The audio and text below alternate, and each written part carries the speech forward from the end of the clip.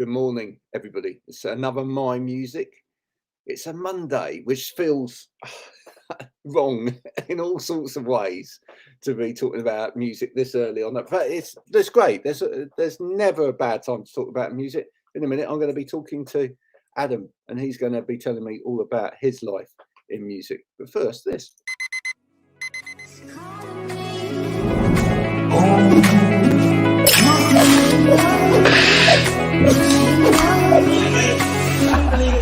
I need to get going, Mel. See you later.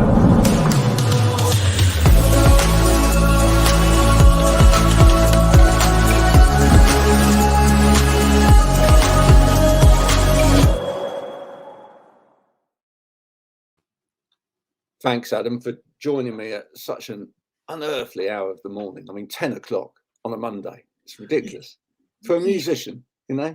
Well, yeah. I mean, obviously, I live and breathe and bleed music, so it's fine whether it's 10 o'clock on a Sunday night or 10 o'clock on a Monday morning. It's all the same to me. It's all there. So what do I call you? Adam? Rodney? Yeah. Explain that. Well, Adam is my real name.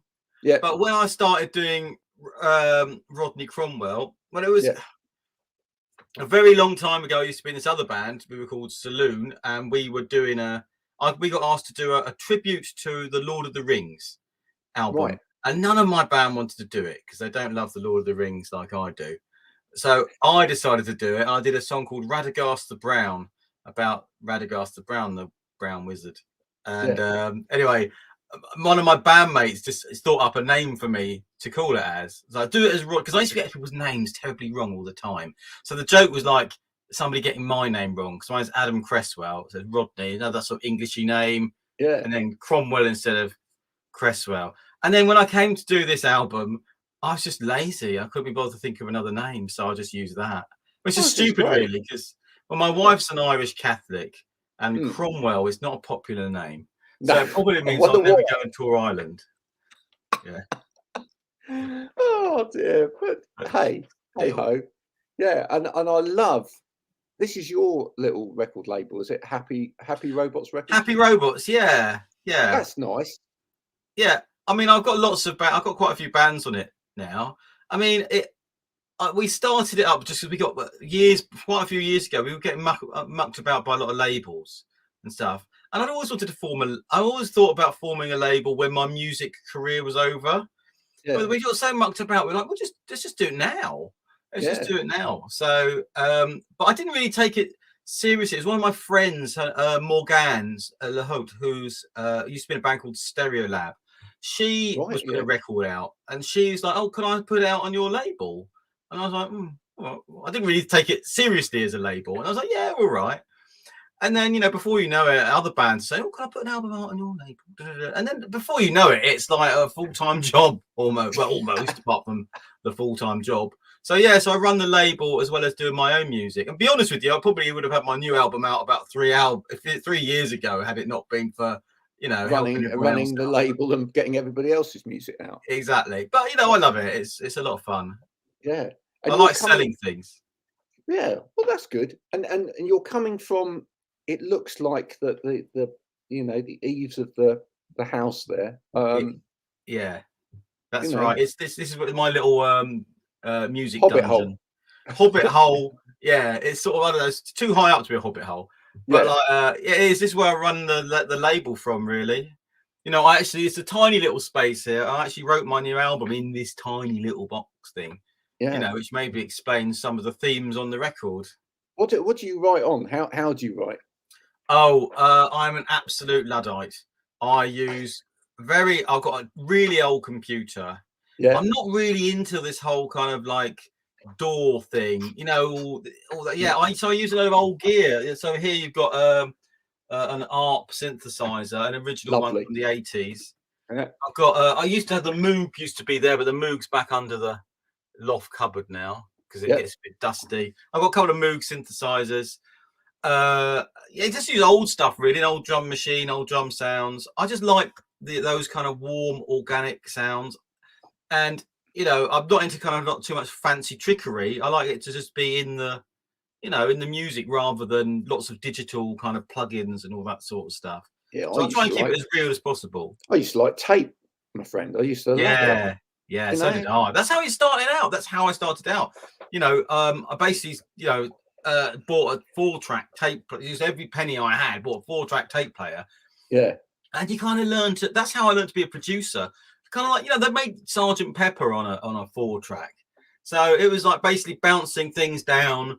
But obviously things recorded in my spare room on a Tascam 4-track. Doesn't sound quite as good as Abbey Road Studios, but it was the same principle.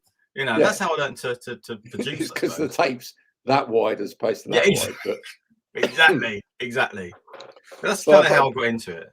But apart from that, there's some great stories actually from Abbey Road and the Beatles, with like people holding one end of the tape as it moves through, just to stop it from snagging on anything. It's just brilliant. If my wife listens back to this, she'll be like, I can't believe you got onto the subject of the Beatles within 5 minutes, because we talk about them far too much in this. Well, my wife can't stand them, but like really? Martin, my guitar player, we'll get we had played. I remember we played in Glasgow a couple of years ago, and we just basically on the drive home we just talked about nothing but the Beatles solidly for like 8 hours or whatever. So yeah, a bit dull like that. But. No, I think even if you don't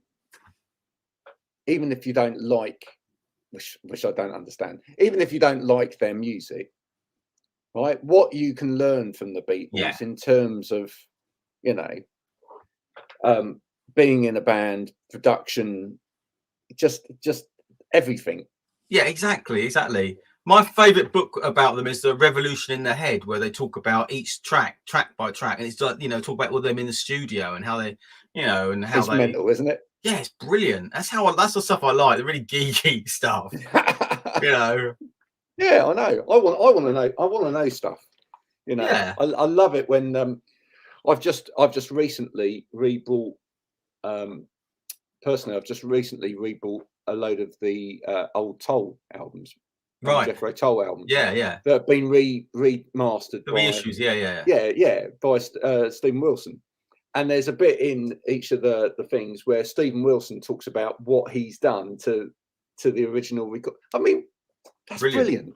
Why would you not want to know that? I know. Exactly. I love all that stuff. That stuff. So my favourite bands, I just end up reading endlessly the same books about them. Like Kraftwerk, I must have read 6 books about them. I'm reading another one about. My wife's like, "Do you need to read another book about Joy Division?" I'm like, "Well, I might." Well, if it says something different from the last one, generally doesn't though. But yeah. But even if there's a snippet in there, one little bit of information in there that you didn't know before, because it's something to bring up at dinner parties, isn't it? That's enough. And if everybody doesn't like that, that's just tough. So I'm playing like the Hope and Anchor. Hope and Anchor on my on Thursday actually. And now I knew that Blondie and U2 and Joy Division all played the Hope and Anchor, but till last night I didn't know that they played on Joy Division played the 27th of December 1978. So now I've got that implanted in my brain as well. So I know exactly the date they played. So that's I've learned something. So now you're thinking, can I play there sometime on the 27th of December?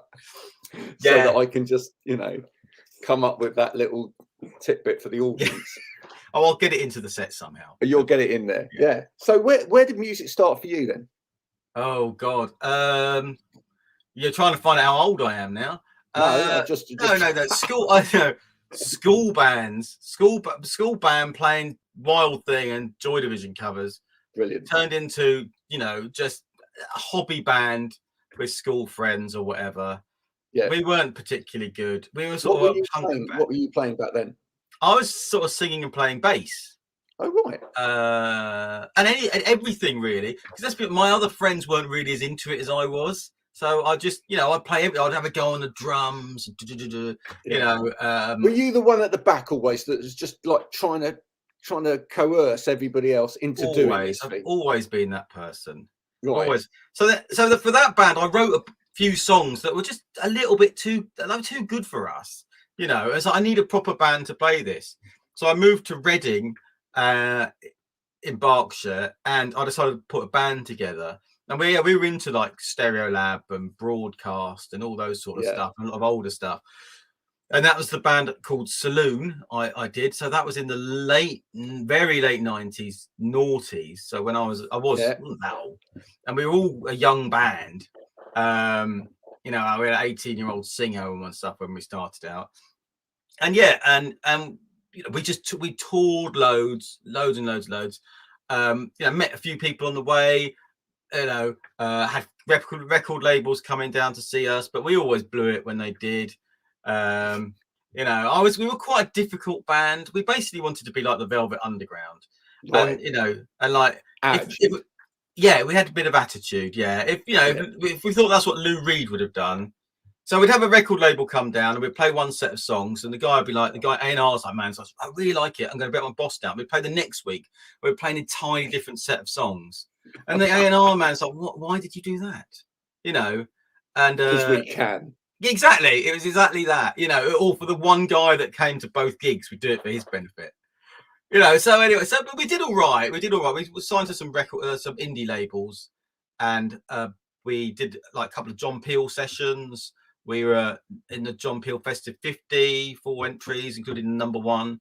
But we all kind of fell out a bit, you know. Things just got. It's just being together for 6 years. It was hard. It was really hard. And we all wanted to move on to our other things. So yeah, so that's kind of how it started for me, you know. And then since then I did another band called Arthur and Martha, which was like an electro pop band. And then, yeah, I mean, Rodney Cromwell was going to be the second Arthur and Martha album. But Martha, or Alice as her real name is, thought that the record I made was too personal to me. It didn't feel like it was very much my record. And she didn't feel it suited Arthur and Martha, which is how I ended up doing Rodney Cromwell as a solo project, so to speak. Well, that's quite interesting. So you saw it as a duo project, and then you put it out there to her, and she goes, "No, this is personal." Did you? Yeah.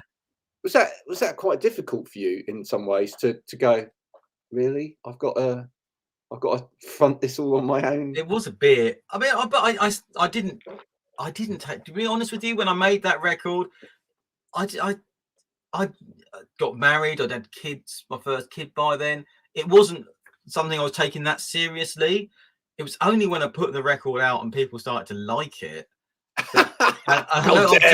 Genuinely, people started to like it. I was like, well, perhaps I can make a bit more of this and keep. And I suddenly realized how much I enjoyed doing it myself.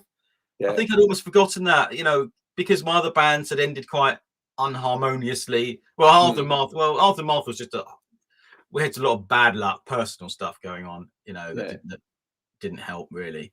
And so I was sort of falling out of love with music. But then I put the record out. I was like, I'll just stick it out on the old label, whatever, my label, whatever. No one care. And yeah, people started to like it. You know, Electronic Sound magazine put it in their top 30 albums of the year, and it got on a Dandelion Radio Festive 50 again, and started getting gig offers. And suddenly you're like, gosh, I really enjoy doing this. I forgot how much I liked it. You talked about reading books on musicians, which is my passion. That's all I ever read. Is it? Yeah. But what about all of those lovely music magazines that existed? Sound on Sound, and I was looking on LinkedIn this week. Midura posted a copy of, because he was on the first ever copy of Sound on Sound. Right. Wow. Because they interviewed him about his first solo, The Gift. Yeah, his solo album, The Gift. That was, so he was the front cover of Sound on Sound. But those music magazines, did you geek out on all of those? I used to when I was at school. I must have been about 12 something. Yeah, we had a school trip to London, and there was a copy of Sounds, the newspaper, the Inkley, like Shaun Ryder on the cover. Yeah, and I bought that, took it back, and it was like I'd found, you know, some sort of ancient scrolls or something that important. I couldn't believe there was a paper about, and then obviously discovered there's the Melody Maker and the NME. And I read them religiously until they all folded pretty much off NME. I used to, even when I went to university and I moved out to the middle of nowhere, you know, I'd have to find a shop that would sell them. I used to love the fact that it was kind of like newsprint as well. But Yeah, it actually came off on your fingers a little bit, and it was almost like you were reading your newspaper. Yeah. It was very immediate as well. It was. I like that. You know, there'd be a band playing in the Bull and Gate or whatever, and then the next Wednesday you could read a review of it or whatever. Yeah. Oh, I love that. I used to order records and stuff from the little adverts at the back as well. No, I was obsessed with reading about music in the papers at the time when everybody ordered their music physically and it came online. Yeah. Do you remember Britannia Music? Yes, I never used Britannia Music, to be honest. No, but you remember that whole culture. Yeah. Everybody looking through their little catalogue. Oh, I have that. Yeah. You know, Yeah. used to go around someone's house and they go, yeah, I've got me parcel. Yeah. Okay. But yeah, they had something to see the adverts in the back of the papers or whatever, and I go through. Oh yeah, you know, all the Huggy Bear single. I read about that last week. I'll have that. You know, and spend every penny I had on music. Really, it was the way to go. Record shops were places to hang out as well. Yeah. Back then, you know, I used to love that. Did you have a favourite record shop growing up? There was Plastic Surgery in Maidstone when I was a kid. Yeah, it was run by a sort of punkish guy, maybe sort of more punk meets Robert Smith kind of thing, big hair. You know, like one of the guys that Half Man Half Biscuit had. Oh, nice. Yeah, I used to go in there a lot. There was also another shop because we used to move around a lot. There was another shop. It's sort of out in the sticks. I think it's a place called Cranbrook. I think it was called, because my parents moved out to the countryside for like 2 years, and I used to go around there and I'd try to order like in the New Order album or something, and I, you know, go in every week. So have you got it now? No. Have you got it now? No. You know, and so I used to sort of badger people for. Yeah, because that's quite funny actually, because some of those music shops, they were either run by people that were really into their music. Yeah. You know, and I think going back, you know, because I'm older than you, so I grew up in the, you know, I was a 70s child, and I think going back, they were always run by people that loved their music. And then there was a point where a load of people took over music shops that probably didn't, just wanted to run a business. Yeah, absolutely. You know, and I can remember going into a few where it's like, you know, they'd obviously thought, oh, look, lots of old people in this area, we'll do a big classical music selection and whatever. And then if you go in and, as you say, you try to order something a little bit avant-garde or a little bit left field and whatever, they're like, yeah. And then it's just, as you say, it's like they really weren't bothered about your customer service. No, not at all. It was like, yeah, well, I'll do that for you. Yeah, exactly. Yeah, exactly. But wouldn't you like some Wagner on the way out? Yeah, no, yeah, I don't. exactly. I don't. I'm not here for the Wagner or the Phil Collins. I know you've got. No. Yeah, I know you've got a lovely easy listening section, but I'm not touching it. Oh dear. These days I probably would though. If I had a load of old 70s easy listening stuff, I've got loads of that sample it. Collection. Yeah. Do you sample stuff at all? No, very rarely. Do you know why? Because I'm too lazy to do the paperwork to get cleared. There are a couple of cheeky. Well, I bet you do sample in a way. I bet what you do is you go, you know, I love the cowbell on that 70s track. I'm gonna replicate it over here. Yeah, it's what you do. Yeah. There are a couple of cheeky little samples on my album, but I wouldn't talk about them publicly, just in case. No. You just hang the tape recorder out the window and catch what next door's playing. Oh, that was an accident. Yeah. It didn't happen. So yeah. So in terms of where you are now with music, in terms of the writing, what's inspiring you? What's inspiring me? Yeah. What are you writing about? I'm trying to be positive, really, because you know I'm finding that things are a lot. It's quite miserable, to be honest. Apart from now. Do you know what? Yeah. With the new album that I've just written, Memory Box. So when I was writing it, I started writing it January last year. So the pandemic was just rolling in, and then you know, by the time I was writing track 5 or whatever, we were full blown pandemic. And I was, you know, and those other people were writing albums, records at the same time that were like, you know, my lockdown record, yeah.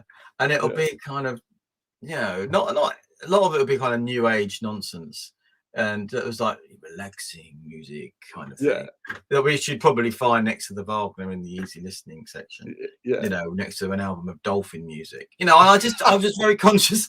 I didn't want to make a lockdown record. You know, so it was very much pushing against doing that, I think. Oh, you still there, Graham? Well, I think, yeah, I'm here. I think most people will have written a lockdown record without necessarily knowing that they've written a lockdown record, because you can't go through that without it actually having some kind of effect on what you're doing. But I think there's also a massive consciousness from a lot of creatives that I don't really want to touch this as a subject until maybe later, and I can go back and reflect on it. Yeah. So at a time when it's not so on top of us. I mean, I've written a lot of songs, particularly when I was in Saloon, that are kind of dystopian. That you're looking forward, you're not looking towards what, you know, the inevitable kind of dystopia that's around the corner. It's just felt a lot like, oh, maybe it's here now. It certainly did at the start of the pandemic. Oh, so you wrote your COVID songs 10 years ago? Yeah, exactly. Exactly. Right, so no need to do it again. No. Yeah, I was just trying to be up. So, you know, so with this record, it's called Memory Box. I got about 3 tracks in or 4 tracks in, and originally it was going to be called like it was a bit more gothic, and it was called like Disinformation was the working title. Yeah, and then I was like, oh, I don't want to write about that, you know. And then it just became much more personal. So in my little space here, this became my memory box, and I started to just go very much more internalized. So lots of the songs in the record are very personal to me. Probably only I will know what they're about, but they're much more human than I originally wanted to make. So it's a much more of I wouldn't say a personal record. It is more personal record, but it's certainly more about human experiences and an emotional stuff than, you know. So it's about your memories and belief in trusting your memories, and have you remembered things exactly as they were, and using them as almost to take you to something a little bit more of a interesting esoteric world. So the things that inspired it were more books and stuff than say other music. So it's inspired by Kafka, Anna Kavan, Alice in Wonderland, that kind of sort of stuff that's a little bit more, you know, magical than writing just about, you know, fake news. Did you also find that it kind of took you full circle in a way, and that it allowed you to become your true inner geek again? Yeah, absolutely. Yeah, That's nice. Yeah, but the biggest reference point, I hate to say it, was my own career, in that there's a few bits that I've nicked things that I've done before in a kind of like 3 people will know what I'm doing here kind of thing. You know, there's like one song that we used to play one song live that had this, it used to end with like melodicas, and the rest of the band would leave and the 2 girls would be just playing the melodica at the front of the stage. And there's one bit on I always liked that, but we never recorded it. So I've kind of done that on this record on one track. I like nicked that idea that we had like 15 years ago or whatever, and like, well, I'll have that. That was good. We didn't do enough with that. So there's a little bit of like, stealing from my own ideas. Well, I think that's perfect. I think that's, you know, do you know what we've done there in the last 5 minutes? We've made people want to listen to this. I hope so. Yeah. Yeah. Well, that's the whole point, isn't it? So no, that's great. So in terms of what's out there at the moment, we've got a single out. Yeah, the single's out on Wednesday. So yeah. 2 days from today when we're recording this. 2 days from today. Indeed. Depending upon when people watch this, because that's the weird thing about stuff. I know. Wednesday. It might be last Wednesday. Yeah. I might have already played the gig at the Bull and Gate. No, not Bull and Gate. Hope and Anchor, and it went really well. Yeah, it was brilliant, wasn't it? It was really good. It was fantastic. Really one of the best I've ever played, to be honest. Yeah, I know. It was all of that crowd that turned up from watching this. Yeah, yeah, no, absolutely. Hi, even though they're only you just fans. watching it now. That's so bizarre. So Wednesday is when the single comes out. When's the album going to drop? Well, that's probably in March, to be honest. We'd like it to come out earlier, but because of the really bad delays at the pressing plants, Isn't it just? yeah, it's been a nightmare. So the single's coming out October. Then I've got some remixes coming out in November. Then I've got another single not on the album of a couple of really old tracks digging into the memory box kind of thing in December as a rarity. Oh, I'm spoiling it. And then I'll probably have another single out in January, some remixes in February, then the album finally. So I've got a very busy schedule. I want to keep things ticking away nicely. No, that's great. To build up to the album.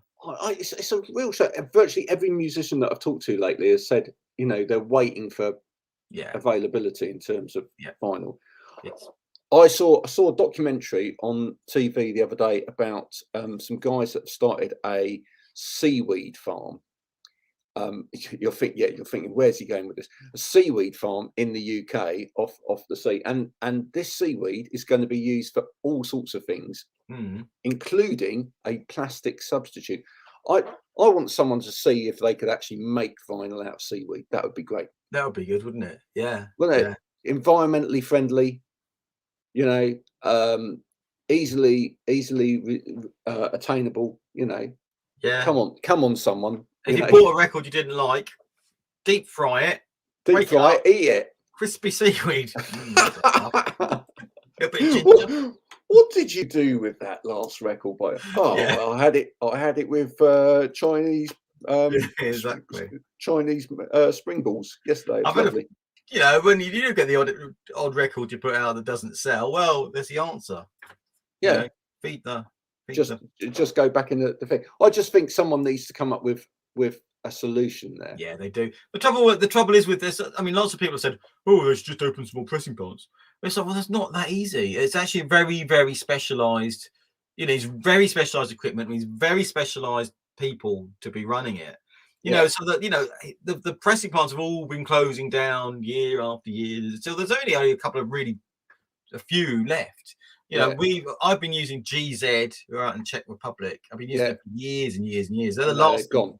Really big. No, they're still going. They're still going. They're going, are they? They're still going. But there's not many others that are still. So there are ones. I think it's one going to be opening up in Sunderland. I think Sunderland, somewhere up that way. Really? I think so. There's definitely talk of a new one. Maybe I might be wrong with Sunderland. Apologies to anyone from the northeast if I got that wrong. But there's definitely going to be a new one being opened up in the UK. But who's going to be the first label to say, okay, I'll go with you guys? Who's kind of untested? Because I hope it is Sunderland, because that's where I used to play in a band. That's where I used to explore. Yeah. Oh, brilliant. Yeah. Well, they obviously, What was your band? It was a band called the Colourful People. There you go. In terms of a name, yeah. You see, we were trying to be. It was at the time when there was an awful lot of kind of gothy, music and whatever, and we thought let's be the antithesis of that. Yeah. So we'll call ourselves Colourful People and play dark gothy music. All right, excellent. So you're not a Macam yourself, then? You're not. No. As you can hear, I'm not a Macam. No. But yeah, love living up there. Love the music. Are you a goth? Are you a goth? Are you really a goth? Was slightly back in the day. Yeah. I went to see the Sisters of Mercy the other week at the Roundhouse. Really? Yeah, it was really fun. We enjoyed it. Yeah. Oh no. I took my wife. There's not many bands we both like. Yeah. So we went out. Saw them. That was good. Oh, well, sing this Corrosion to me, and I'll be happy. I'll do it on the private stream later. Yeah. Okay. Adam, it's been an absolute pleasure talking to you today. It's been great. Thank you. I look forward eventually to hearing the album when it finally happens. And in the meantime, singles out Wednesday. If people want to get hold of it, where do they get hold of it? They can go to Happy Robots website, happyrobots.co.uk. Actually, I think it's on a Bandcamp. Happy Robots Bandcamp is the best place to get it because you only get the digital version. Yeah. and so the record's going to be on the single will be on all the digital platforms. The record, when it finally comes out, it's distributed by Cargo in the UK, so it'll be in all the good record shops. Norman Records, Rough Trade, hopefully, and Resident, Brighton, Amazon. So yeah, so the album will be everywhere. Yeah. Well, hopefully, come back and talk to me when the album actually comes out. I would love to. That would be great, and you can tell me how the Hope and Anchor went. I will indeed. There you go. As long as it went well, obviously. Yeah, it went brilliant. It went brilliantly. Yeah, don't worry about it. The one man, the dogs enjoyed it. Yeah. Brilliant. Lovely to see you. Thanks so much for joining us on MyMusic. Bye for now. Thank you. Bye. Bye.